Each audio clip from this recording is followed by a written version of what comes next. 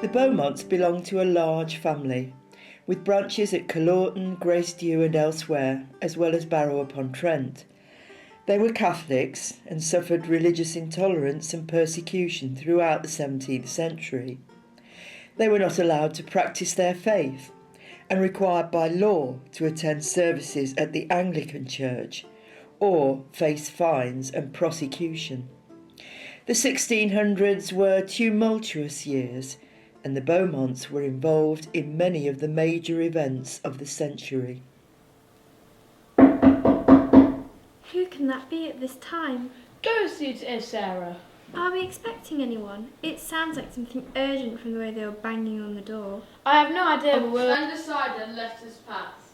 My master and Mrs. currently there. Stand aside, I say. Robert Beaumont. I tried to stop the master, but they insisted. What is the meaning of this? Bursting into our house and disturbing us at this time? I'm sorry to disturb you, sir, but we have orders to search this house. But why? Search for what? We live in dangerous times, mistress. There are plotters who would harm the king. Perhaps you have heard of such people.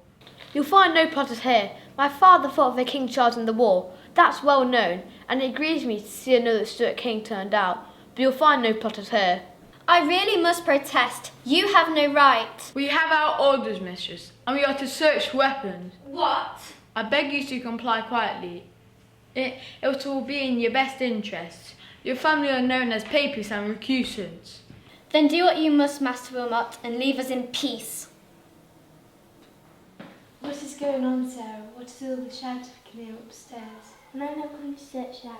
Search the house, what for? They come to steal the master's money? It's it with the master's money that after is someone there who shouldn't be. What do you mean? Supporters of the king and the corn and rebels. The strange man in the dairy. They've overturned the milk chain and spat on the butter, and I shall get the blame. I'm here to search this house, so stand aside and don't try and stop me. Are there any weapons here? Only what's needed for the kitchen work, sir. Knives and all the like. What's in here? If it's rebels you're looking for, you won't find any in there, master. Hold your tongue, we'll open it up.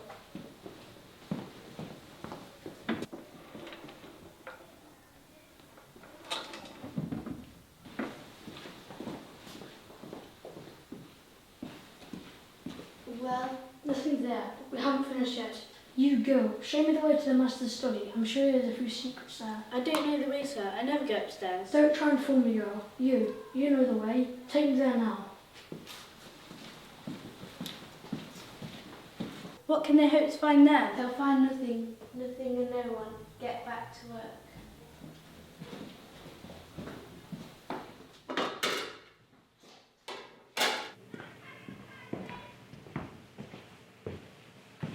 Well, did you find anything? Yes, a musket hidden under the bed. Where is it now? The men have taken it outside. What have you to say about this, Master Beaumont? A relic, left over the wars. It belonged to my father. But what is it doing under your bed? I kept it for the defence of my household. Would you deny me that? Please, Master Wilmot, do not leave us unable to defend ourselves against robbers in these uncertain times. Very well. Tell the men to bring the weapon back into the house. But I advise you to be very careful. As known papists, you are bound to fall under suspicion. Things could get very difficult for you, as I hear you have refused to swear allegiance to the new king and queen. The rightful king, anointed by God is James. No bannerman can put aside when anointed by the Lord.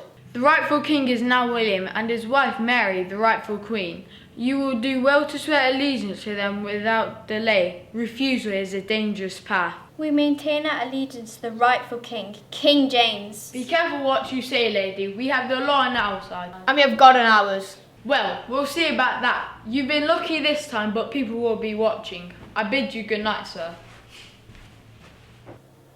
Why are we being treated like this? Well, it is no secret in the village that we are the Catholic faith, and it's no mean the first time we've had to suffer for our faith. Well, you certainly speak the truth there, Robert. For more than a century now, our hopes of being left to practice our religion have been raised by one monarch or another, only to be dashed again. Indeed, I really thought with this King James we'd have an ally, he being of the Catholic faith too. And he's gone too. If only the plan to get rid of the first King James had been successful, we might be in a better position now. One of my ancestors had a hand in that plan, you know. my great aunt Anne vow?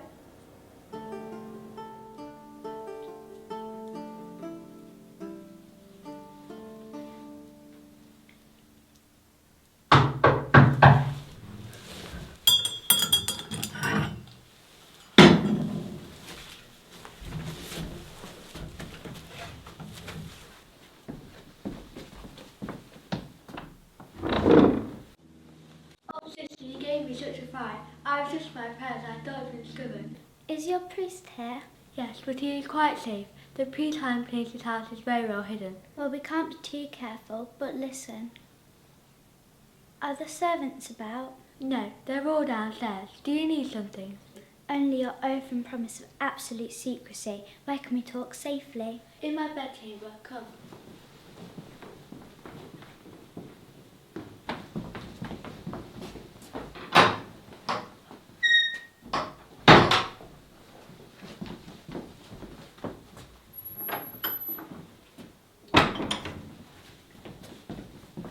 Anne, what is this? You're frightening me. The plot that we learned of when we were on pilgrimage to Holywell recently. It's about to come off. With any luck, we'd be rid of this Protestant King James. And put the Catholic Queen on the throne of England? Yes. How will they do it? This is a deadly secret, Eleanor. It is perhaps better you do not know the details. Then why have you come here, alone, in the dead of night? As good Catholics, it is our duty to support the plan in any way we can. Then surely we know what the plan is. Very well. There are several men involved. Better I mention no names. They have a man skilled with powder and fuses. When the King comes to Parliament on the 5th day of November, they plan to put their scheme into action.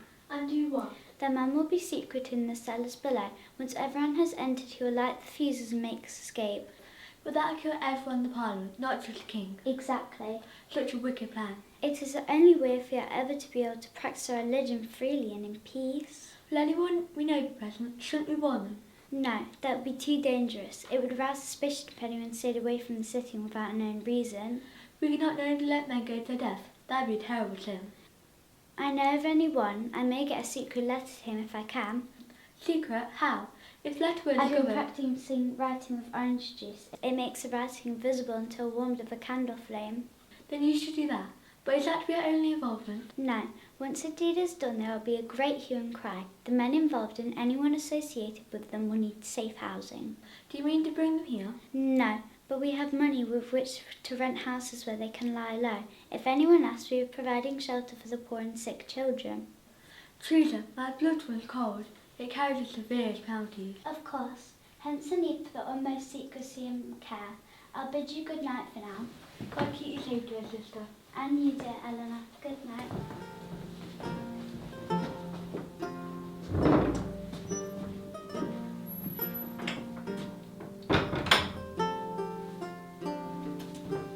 Your great aunt was a brave woman and a great defender of our faith, but we know the powder treason plot was a failure. What happened to her? She was arrested, twice I was told, and imprisoned, but released and left to live into old age. Good for her, but who would have thought we'd still be persecuted for our faith some 80 years later? And why disturb us like this, now? We live such quiet lives here in Barrow. Richard Sale will be the back if I'm not mistaken. His family have been a thorn in the side for us Beaumonts ever since they came to the village nearly 60 years ago. My father was convicted of recusancy when I was but a small boy, and he always believed it was William Sale who reported him to the magistrates.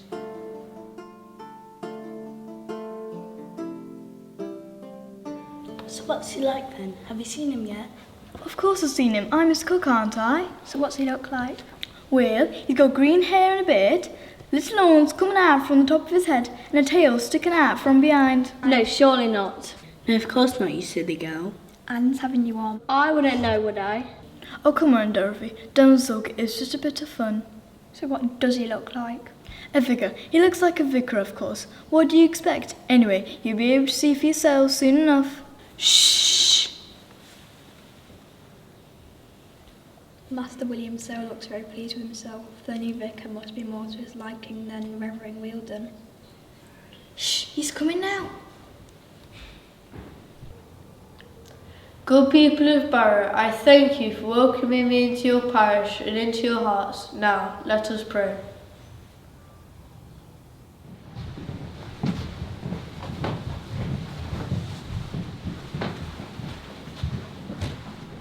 May I have my welcome to our village, Vicar Shelmerdine? I trust the service met with your approval. Very much so. Thank you, Vicar. So much more to my liking than that of the last man. Yes, I heard he was a man of, well, perhaps I shouldn't say. No need to beat around the bush, sir. He was a man of no good repute. A man such as yourself. A Presbyterian will bring much needed improvement to the church here. Indeed, I hope to do my duty by you, sir, and by God. But tell me, are you troubled with any recusants here in the village? Indeed we are, sir. Indeed we are. The Beaumont family. They live close by and have long refused to attend divine service here. They are Catholics, I suppose? Yes, indeed. Have they not been prosecuted, convicted of this offence? They are a very powerful family, sir, with powerful friends. They even have royal connections. Well, royal connections can do them no good now. We have rid ourselves of kings at last. Ah, yes, but they remain difficult to deal with. My father was a vicar of Westerly-on-Trent, not far from here. He tried his best to bring about reform, conversion even. From time to time he had Catholic wives lodging with him, in the hope that they would benefit from his influence. Members of the Beaumont family were among them. It was to no avail. I see. In the past it has even been in their power to appoint the vicars of this church, and as you can imagine, their chosen men were somewhat sympathetic to the Catholic cause. Disgraceful. Vicar Wilden was driven out of this church some time ago, and we have been without spiritual guidance for too long now. But now we have you still, Vicar. Perhaps we can bring the wretched Beaumonts to book. Let us hope so, sir. I'll pray for such an outcome. Excellent, sir. Then I'll bid you a good day.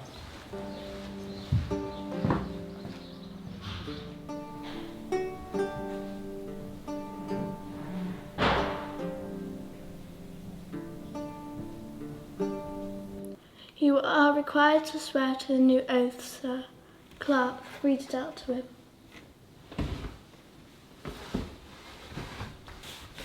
Do you believe the Church of Rome is not a true church? I cannot swear to such things as that. This is an outrage. Do you agree that there is no such thing as purgatory? No, of course not. This is all nonsense. And you, mistress, will you swear? Of course not.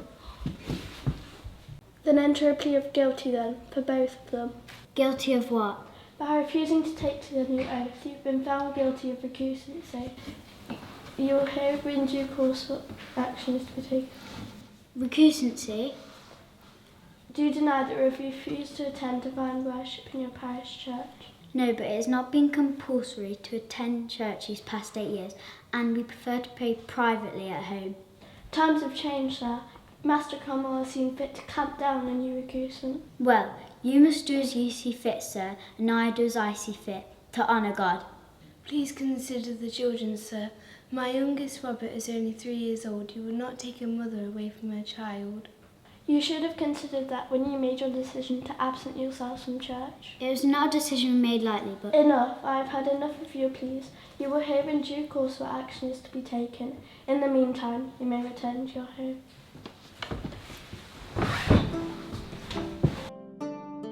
After what has happened here tonight, I'm afraid we may suffer charges just like your parents. What penalties were imposed on them? Were they heavily fined? No, it was rather odd really. Of course, I was only about 3 years old at the time, so I don't remember it.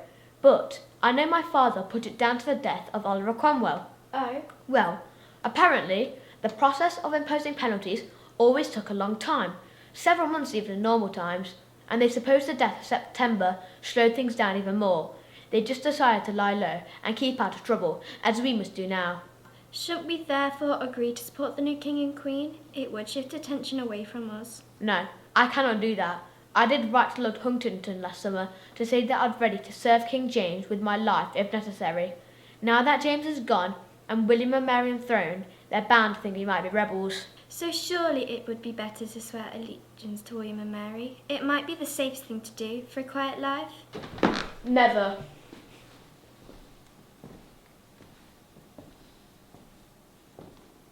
No, I've sworn loyalty to King James, and I'm man of my word. In time, there may be a way to restore him to the rightful throne, but, as a Catholic, he is our only hope to gaining freedom to practice our religion. We do not know what measures this new Protestant king may bring in to oppress us. Robert did indeed prove true to his word and continued to support King James. Rebels did try to remove King William and put James back on the throne, but did not succeed. When James died, the rebels tried to make his son, also called James, king. Robert's son John was one of these rebels, known as Jacobites, and was put on trial in 1715. None of these rebellions succeeded. As for Catholics, such as the Beaumonts, most restrictions on them were not finally removed until an Act of Parliament in 1829.